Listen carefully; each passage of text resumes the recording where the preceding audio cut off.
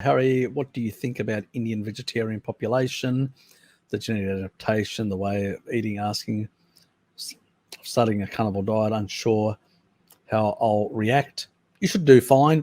I know a number of Indian people. I've got a couple of friends, even a work colleague.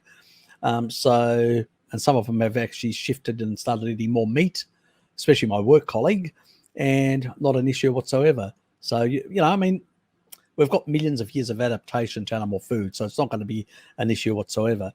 Traditionally, vegetarians in India consumed quite a bit of dairy products, eggs, and plants in combination.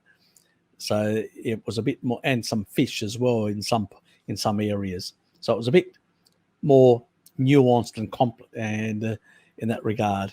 Now, it wasn't optimal, and that actually a 1930 study that was done years ago on railway workers actually showed the ones from the north that ate more animal products lived longer and had less disease. So even back then, but now the biggest problem in southern India and India generally is that in the past you guys used to use ghee, which was clarified butter, which is what you used for cooking. Then in recent years, you've replaced it with seed oils. 85% of your cooking oils are seed oils, and they are very toxic industrial oils, and they have exacerbated the health problems in India in recent years.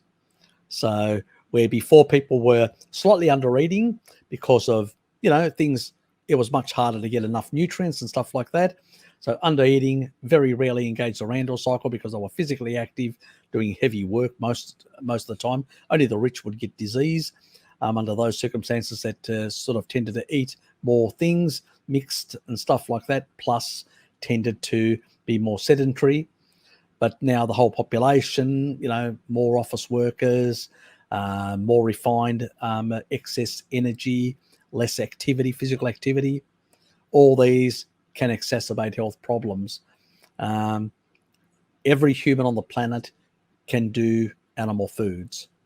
The question is, if you're coming from the south, from India in general, you would have been exposed to a number of years of dairy, which means that you may also require some level of dairy as well in your carnivore diet, especially if you've got certain genetics that predispose you to poor calcium absorption. You should know, if you cut out calcium, do a carnivore diet, and you start feeling heart palpitations and stuff like that, it means you've got those genetics that require. I've done a video recently covering, which is sort of talks about blood sugar and the carnivore diet. It's a recent one that's done, but it does talk about GLP-1 and also the calcium angle that certain people have a genetic where they're on a carnivore diet, their blood glucose will go up, and it goes up for the simple reason it has to do with calcium.